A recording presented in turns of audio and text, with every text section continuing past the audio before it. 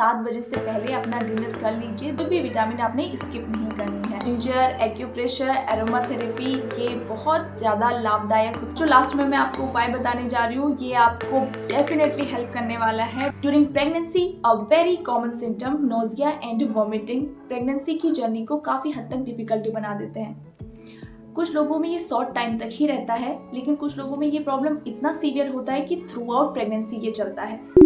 Hello, I am Kavita and welcome back to my YouTube channel. I hope you all are doing great. In today's video, we'll discuss about vomiting, nausea and how to reduce it. इस दौरान body में बहुत सारे changes आ रहे होते हैं। Nature body को ready करती है एक नए इंडिविजुअल के क्रिएशन के लिए। तो हार्मोनल चेंजेस होते हैं, बहुत सारे बदलाव आते हैं, तो उन वजह से इस तरीके की प्रॉब्लम्स आती हैं। फटीग यानी कि थकान होना शरीर में, और वॉमिटिंग, नोजिया, इस तरीके की फीलिंग्स आना ये एक कॉमन सिम्टम्स हैं। सबसे पहले हम बात कर लेते हैं कि इस तरीके के सिम्टम्स कब से आना स्टार्ट होते हैं, कौन सा समय इसका पीक समय होता है और कब से ये धीरे धीरे कम होने लगते हैं। स्टार्टिंग होती है 4th से 6th वीक के बीच में, और इसका पीक टाइम होता है 8th और 9th वीक। ये कम होने लगता है धीरे धीरे जब सेकेंड ट्राइमेस्टर का मिड होता है।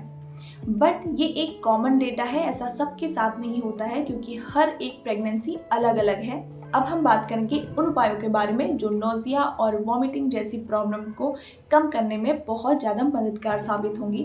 सबसे पहला है एक्सरसाइज। आपको ऐसी सरल एक्सरसाइज करनी है जिसमें आपकी बॉडी में ऑक्सीजन की मात्रा की पूर्ति हो। जैसे आप प्राणायाम कर सकते हैं, अनुलोम विलोम कर सकते हैं, आप डीप एक्सहेल इनहेल कर सकते हैं, जिससे कि आपके शरीर में ऑक्सीजन की मात्रा पूरी हो। ऑक्सीजन की इफिशियंसी वॉमिटिंग को कम करने में आपकी बहुत ज़्यादा मदद करेंगे। दूसरा बहुत ज़्यादा इंपॉर्टेंट उपाय है वाटर इनटेक। वाटर इनटेक करना बहुत ज़्यादा जरूरी है। बहुत सारे ऐसे लोग हैं जिनको पानी पीते ही उल्टी आती है, उनमें से एक मैं भी हूँ। मुझे भी पानी पीते ही बहुत ज़्यादा उल्टी आती थी, लेकिन हमको सिप सिप करके वाटर इनटेक करते रहना है, बॉडी को हाइड्रेटेड रखना है। आपको एक दिन में 2 लीटर एटलीस्ट पानी खत्म करना ही करना है। 2 लीटर पानी आपने प्रतिदिन पीना है। आप देखेंगे जो वॉमिटिंग है, नोजिया का फीलिंग है, वो धीरे धीरे कम होने लगा है। थर्ड इंपॉर्टेंट थिंग इज आपको फ्रीक्वेंट मील लेना है। आपने बहुत सारे लोगों से ऐसा सुना होगा कि आप छोटे छोटे पोर्शन में खाना खाइए, ये आपको बहुत ज़्यादा हेल्प करेगा। आप एक साथ अगर खाना खाएंगे तो आपको इस तरीके की प्रॉब्लम और ज़्यादा सीवियर हो सकती है। इसलिए आपने कोशिश करनी है कि आप छोटे छोटे पोर्शन में खाना लीजिए, और आप कोशिश कीजिए कि आप हेल्दी खाना खा रहे हैं और घर का बना हुआ खाना खा रहे हैं। अवॉइड कीजिए बाहर का खाना। जंक फूड आपने टोटली अवॉइड करना है। जंक फूड से, ऑयली फूड से, स्पाइसी फूड से आपके बेबी को किसी भी प्रकार का न्यूट्रिशन नहीं मिलेगा, और साथ में आपकी हेल्थ पे उसका और बुरा प्रभाव पड़ेगा। गट रिलेटेड प्रॉब्लम आपको आ सकती है। वॉमिटिंग की प्रॉब्लम आपको इससे और ज़्यादा सीवियर हो सकती है। इसलिए कोशिश आपकी यही रहनी चाहिए कि आपने इस तरीके के खाने को टोटली अवॉइड करना है। Liquid intake is must. Body को हाइड्रेटेड रखना बहुत ज़्यादा जरूरी है। आप नारियल पानी पी सकते हैं, फ्रेश जूसेस पी सकते हैं। अगर आप packed food, packed juices avoid कर रहे हैं तो ये एक हेल्दी ग्रोथ के लिए बच्चे की बहुत ज़्यादा बेनिफिशियल रहेगा।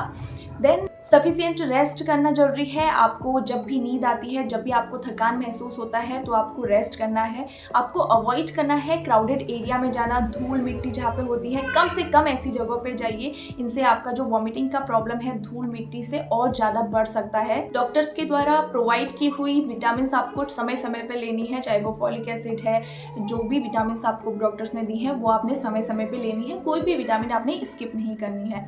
साथ में आपको कभी भी एम्प्टी स्टमक नहीं रहना है। ये आपकी जो वॉमिटिंग की प्रॉब्लम है और ज़्यादा बढ़ा सकता है, इसलिए आपको कभी भी एम्प्टी स्टमक नहीं रहना है। आपको कुछ ना कुछ खाते रहना है। अगर आप प्रॉपर समय में खाते रहेंगे 2-2 घंटे में, तो आपको इस तरीके की प्रॉब्लम कम होने लगेगी। ये आपका एक टाइम ड्यूरेशन होना चाहिए कि हर 2 घंटे में आपने कुछ ना कुछ खाते रहना है। कोशिश ये कीजिए कि फल और जूसेस आप दोपहर से पहले ले लें, यानी कि 1 बजे से पहले ले लें, उसके बाद आप अवॉइड ही कीजिए। रात का जो खाना खाते हैं आप उसको हल्का ही ही रखिए, यानी कि बहुत ज़्यादा हैवी नहीं होना चाहिए, उससे ये प्रॉब्लम और ज़्यादा सीवियर हो सकती है। आप 7 बजे तक अपना डिनर कर लीजिए और उसके बाद आधे घंटे की वॉक ज़रूर कीजिएगा, ताकि आपका जो डाइजेशन है वो ईज़िली हो जाए। इसके अलावा कुछ घरेलू नुस्खे भी हेल्पफुल रहते हैं जो इन लक्षणों में राहत देते हैं, जैसे ginger, acupressure, aroma therapy. Ginger को टेस्ट करने से, जिंजर को स्मेल करने से कुछ लोगों को राहत मिलती है, कुछ लोगों को कुछ चीज़ें स्मेल करने से राहत मिलती है, जैसे कोई पर्टिकुलर स्मेल अच्छी लगती है तो वो एरोमा थेरेपी होगी। और जैसे एक्यूप्रेशर में किसी पर्टिकुलर पॉइंट पे प्रेस करने से कुछ लोगों को राहत मिलती है। तो ये अलग अलग नुस्खे हैं। अब जो लास्ट में मैं आपको उपाय बताने जा रही हूँ, ये आपको डेफिनेटली हेल्प करने वाला है, very very practical and beneficial. आपको अपने माइंड को ट्रेन करना है। आप उसके बारे में बार बार सोचते जाएंगे, वॉमिटिंग आ रही है, मुझे नोजिया फील हो रहा है, तो वो प्रॉब्लम और ज़्यादा बढ़ता जाएगा। इसलिए आपको अपने माइंड को डिस्ट्रैक्ट करना है, नॉट फोर्सफुली। आपको जिन कामों में इंटरेस्ट आता है, लाइक किसी को लिखने में इंटरेस्ट आता है, किसी को पढ़ने में इंटरेस्ट आता है, किसी को म्यूज़िक सुनने में इंटरेस्ट आता है, डिफरेंट वे हैं, तो इनसे आपने अपने माइंड को डिस्ट्रैक्ट करना है। मैं आपको अपना एग्जांपल देती हूँ। जब हम लोग तमिलनाडु में पोस्टेड थे, मेरे हस्बैंड डिफेंस में है, एयरफोर्स में, और उनके सीनियर जो थे वो हमको काफ़ी समय से लंच पे बुला रहे थे और हम किसी न किसी वजह से पोस्टपोन कर रहे थे। बट फाइनली हमने डिसाइड किया कि अभी जाएंगे, लेकिन तब मुझे इस तरीके की प्रॉब्लम हो रही थी। मुझे वॉमिटिंग होती थी खाते ही और नोजिया ये सब फील हो रहा था। तो मैंने सोचा था कि मैं उनको मना करूँगी और उनको बोलूँगी कि मुझे नींबू पानी दे दें, और यही हुआ। मैं गई और मैंने वही किया जो मैं घर से सोच के गई थी। उनकी वाइफ को पता था मैं प्रेग्नेंट हूँ, उन्होंने स्माइल किया और वो चली गई। She told me, Kavita, your mind is more stronger than your problem. आप बहुत ज़्यादा इस प्रॉब्लम को बड़ा कर रहे हो, आप इसके बारे में बहुत ज़्यादा सोचते हो, इसी चीज़ को देखते हो, इसलिए आपको ये प्रॉब्लम और ज़्यादा बॉदर कर रहा है। उस टाइम पे मुझे ये चीज़ बहुत अजीब लगी, जैसे आपको अभी लग रही होगी। हमारी बॉडी और हमारे मन पे हमारा माइंड का कमांड है। जब भी हम सबकॉन्शियसली किसी को देख रहे होते हैं और ना चाहते हुए भी कुछ चीज़ें हम उनकी कॉपी कर लेते हैं। तो इसको आप एक एग्जाम्पल के तरीके से समझ सकते हैं कि किस तरीके से हमारा माइंड का कंट्रोल है। इसलिए बहुत ज़्यादा जरूरी है कि हम इन चीज़ों से दूर रहें। उन्होंने मुझसे यही चीज़ बोली कि आप फ़ोन पे जो भी चीज़ें देखते हैं, लाइक एक्सपीरियंस देख रहे हैं कि लोगों को क्रेविंग्स हो रही है, लोगों को ये प्रॉब्लम और ज़्यादा सीवियर हो रही है, तो आप इसमें और ज़्यादा फिर अपनी प्रॉब्लम को बढ़ाती जाएंगी। इसलिए सबसे पहले तो स्टॉप दिस। तो फिर मैंने इस चीज़ को प्रैक्टिकली सोचा। देन उनकी जो वो बात थी कि आपका माइंड ज़्यादा स्ट्रॉन्ग है आपकी प्रॉब्लम से, तो वो चीज़ मेरे को हिट कर गई। देन आई रियलाइज्ड कि ये चीज़ें मुझे ज़्यादा प्रॉब्लम करेंगी। इसलिए मैंने थोड़े टाइम पीरियड में खाना स्टार्ट किया और मेक श्योर किया कि मैं हेल्दी खाना खाऊं और हाइड्रेटेड रखूं बॉडी को। ये बहुत ज़्यादा ज़रूरी है हमारे ग्रोइंग बेबी के लिए, हमारे लिए। इसलिए इस तरीके से अपना माइंड सेट करना बहुत ज़्यादा ज़रूरी है। उस समय मैं ये सोच रही थी कि किस तरीके से वर्क करेगा और कैसे मैं अपने माइंड को डिस्ट्रैक्ट करूंगी। डेफिनेटली आप भी उसी तरीके से सोच रहे होंगे, बट ट्रस्ट मी, ये आपको बहुत हेल्प करेगा और 1 हफ्ते बाद, 2 हफ्ते बाद ही आप इसका रिजल्ट देखेंगे। आप कमेंट करेंगे कि हाँ ये वर्क किया।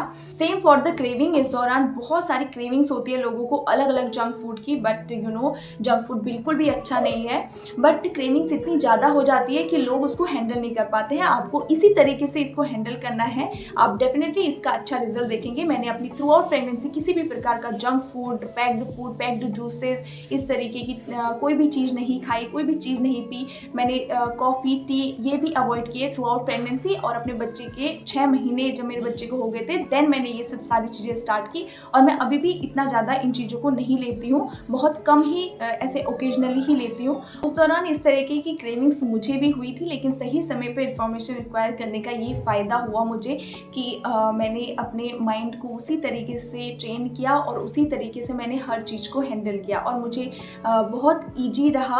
अगर आपको फिर भी सीवियर वॉमिटिंग से सफ़र करना पड़ रहा है, देन आपको डेफिनेटली अपने डॉक्टर से मिलना चाहिए। यहाँ पे वीडियो को एंड करते हैं। आई होप ये वीडियो आपको पसंद आई होगी। मैं प्रार्थना करती हूँ आपकी सक्सेसफुल जर्नी के लिए और आपको कम से कम तकलीफों का सामना करना पड़े। अपना ध्यान रखिए। अब मिलते हैं नेक्स्ट वीडियो में।